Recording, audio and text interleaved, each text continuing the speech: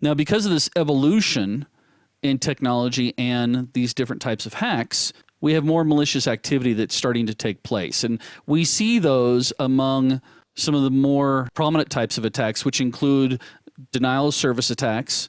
We also have cases and reports of stock manipulation being done through different types of hacks. Also, ID theft and credit card theft. This is probably the one that we see almost daily in the news. In fact, we all know that there are companies that have made their whole business by protecting you from these types of hacks. Piracy. Yeah, a lot of people don't consider piracy a hack, but think about this one. Your goal as as an attacker is to possibly take away or get back at the man. And we'll talk about some of the motivations a little bit later on.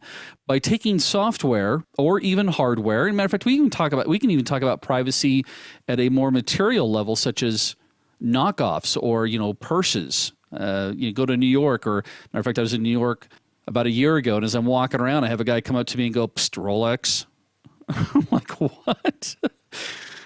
And obviously their gain here is through this type of piracy is both monetary as well as, putting it to the man, which would be also another way of looking at our theft of services. By the way, when it comes to piracy, and I always love relating my little stories, but one of my favorite things to hear about is, I always get that phone call from a relative that's usually it starts with, "Hey, Uncle Dale," and yeah, I've even had neighbors, that come over and say, "Hey, can you come over and take a look? My computer's kind of running funny." And so I'll go over and I'll take a look at it, or I'll get in remotely and take a look at their machine. And I sit there and I go, "So how did you end up with a corporate edition of Norton Antivirus, considering you're just a home user?" And they're always like, "I got it off from a friend." Yeah, and usually you find out it's a pirated version. I'm like, yeah, that's the one thing you want to do. Yeah, let's download pirated software that's designed to protect your system. You don't think that's an issue? Or maybe by chance, if I was a smart attacker, I'm going to go through and create a version of this software and attach my own little back doors and hope that you torrent my software, my version of that software, and install it. So all these examples actually attract the attention of the criminal element. And again, when we talk about crime, it's not necessarily, looking at trying to steal money, except for that's usually the big one, but we're typically looking for data. And again, your system as being a resource, or maybe your network infrastructure as being a resource. There's one more, and that's vandalism. And typically this is digital vandalism. Not that I'm going to, hack your machine and have it start spray painting your office, start tagging.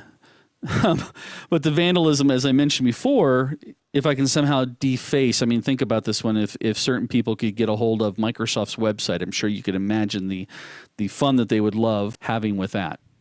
Now, these type of actions are so common today, we don't hear them reported of very often anymore. I remember back in the day when it was very, very easy to do, and we would see almost daily reports of someone's website being manipulated or vandalized. Some other famous hacks that we can talk about real quick here. Back in 1988, there was a gentleman by the name of Morris, Robert Morris. He actually was the one who created what they refer to as the very first worm. And we'll talk about worms in another course here, the difference between those and a virus. But this particular worm was actually created for a prank. He'd actually designed the worm to go through and count the number of systems connected to the internet. But because of a design flaw that he had, the worm actually ended up replicating. And it replicated very, very fast and indiscriminately. And as a result, it went around like crazy. And he was actually caught. He was convicted under the 1986 Computer Fraud and Abuse Act.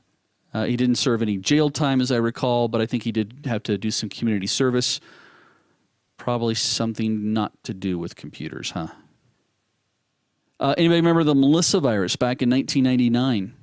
This particular virus was very notorious for those of us that were around, and for those of you guys that weren't born. There was this really bad virus. This was actually an email virus that was designed to go through and email itself out to every user inside of an infected machine's address book, and then delete files on that system. Probably the most common ones that we hear of today, or the cases we hear today, are either being done by Anonymous, which is a huge hacking group that's typically attacking businesses as well as governments, as well as LUTSEC, which they've actually gone after news sources such as CNN, Fox. And what's kind of interesting when we talk about these newer attacks is, have you noticed something of interest here, is that whenever we hear of an attack, it's not that we found them today. It's always our systems were attacked 3 months ago. So whenever you hear in the news that someone's been attacked, or we have not been attacked, they just may not know about it yet.